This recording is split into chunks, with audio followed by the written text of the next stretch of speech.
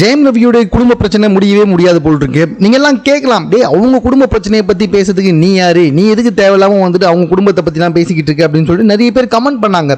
இங்க பாருங்க, யார் குடும்பத்தை பத்தியும் பேசுறதுக்கு நமக்கு ரைட்ஸே கிடையாது. ஆனா ஒரு ஸ்டேட்மெண்ட்டா அதை பொது இடத்துல வெளியிடுறாங்க. அதாவது பாருங்களேன், அவங்க ஒய்ஃபு முதல்ல ஒரு ஸ்டேட்மெண்ட், ஆஃப்டர் தட் ரவி வந்துட்டு அதுக்கு பதிலடி கொடுக்குற மாதிரி ஒரு ஸ்டேட்மெண்ட், அதுக்கப்புறமா இப்போ அவங்க மாமியார் இன்னொரு ஸ்டேட்மெண்ட், இப்படி மாலுக்கு மாற்றி மாற்றி சோஷியல் மீடியாவில் தான் ஸ்டேட்மெண்ட்டை கொடுத்துக்கிட்டு இருக்காங்க. ஸோ அதனால தான் நம்ம இதை பேசிக்கிட்டு இருக்கோம். ஒரு ஃபேமிலியாக ஒரு வீட்டுக்குள்ளே ஒரு விஷயம் நடக்கும்போது சத்தியமாக அதை பற்றி எவனும் எட்டியும் பார்க்கக்கூடாது, யாரும் பேசவுமே கூடாது.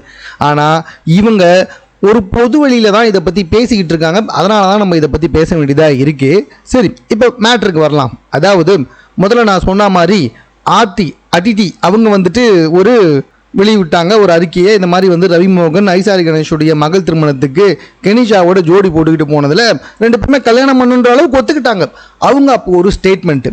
அதுக்கப்புறமா என்னாச்சு, இப்போது அதுக்கு பதிலடி கொடுக்க வகையில் ரவிமோகன், அதாவது ஜெயம் ரவி அவர்கள் இன்னொரு ஸ்டேட்மெண்ட்டு, என்னை பணத்துக்காக மட்டுமே பயன்படுத்திக்கிட்டாங்க, என்னை வந்துட்டு பணத்துக்காக பொன்முட்டை விடுற வாத்து மாதிரி யூஸ் பண்ணிக்கிட்டாங்க, ஸோ அவங்களால நான் நிறைய கடன் பட்டேன் அப்படி இப்படின்னு சொல்லிட்டு அவர் ஒரு ஸ்டேட்மெண்ட்டு விட்டார்.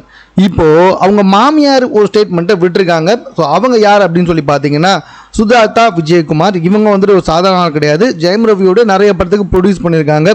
ரொம்ப குறிப்பிட்டு சொல்லணும்னு வச்சுக்கோங்களேன், பூமி, சைரன், அது மட்டும் இல்லாமல் அதுக்கு முன்னாடி அடங்கமரு, இந்த 3 படத்துக்குமே ப்ரொடியூஸ் பண்ணது இவங்க தான்.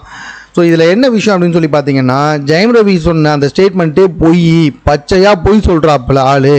அதாவது ஜெயம் ரவி எந்த ஒரு கடனுக்குமே வந்துட்டு பொறுப்பு ஏற்றுக்கவே இல்லை. அவரை வச்சு நான் 3 படம் எடுத்தேன், அந்த 3 படமுமே வந்துட்டு அட்டல் ஃப்ளாப்பு. உங்களுக்கே தெரியும் பூமி படம் எந்த அளவுக்கு வந்துட்டு கழுவி ஊற்றுறாங்கன்னு சொல்லிட்டு. சைரன் படம் எதுக்கு வந்துச்சுன்னே தெரியல. அது மட்டும் இல்லை, சைரன் படத்தால் வந்துட்டு நம்ம கீர்த்தி சுரேஷோட வாழ்க்கையே போச்சு அப்படின்னே சொல்லலாம். அந்த படத்தில் வந்துட்டு அந்தளவுக்கு மொக்கையாந்தாங்கன்னு சொல்லணும்.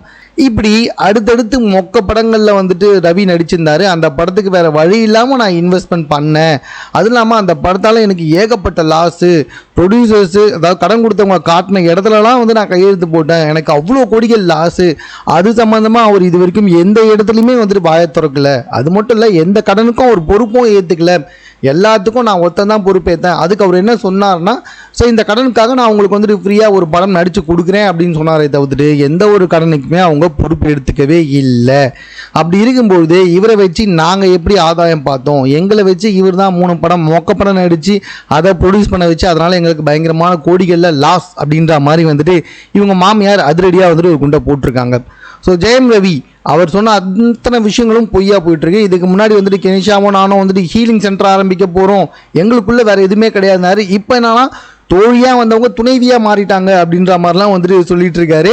ஸோ கொஞ்ச நாளைக்கு முன்னாடி வரைக்கும் எல்லாருமே வந்துட்டு ஜெயம் ரவிக்கு சப்போர்ட் தான் பண்ணோம். ஆக்சுவலாக வந்துட்டு பார்த்தீங்கன்னா பாவம் வீட்டோட மாப்பிள்ளையாக போயிட்டு ரொம்ப குடும்பப்பட்டிருக்காரு, ரொம்ப கொடுமையை அனுபவிச்சிருக்காரு, அவரை வீட்டை விட்டுலாம் தோத்திட்டாங்க அப்படி இப்படின்லாம் பார்த்தா இந்த ஆள் பண்ணுறதெல்லாம் பார்த்தா கொஞ்சம் லைட்டாக டவுட் வர மாதிரி தான் இருக்குது. ஸோ உங்களுக்கு என்ன தோணுதுன்றதை நீங்கள் கமெண்ட்டில் தெரியப்படுத்துங்க. மேலும் இது போன்ற செய்திகளை உடனுக்குடன் தெரிந்து கொள்வதற்கு நம்ம சென்னை சேனலை சப்ஸ்கிரைப் பண்ணுங்கள்.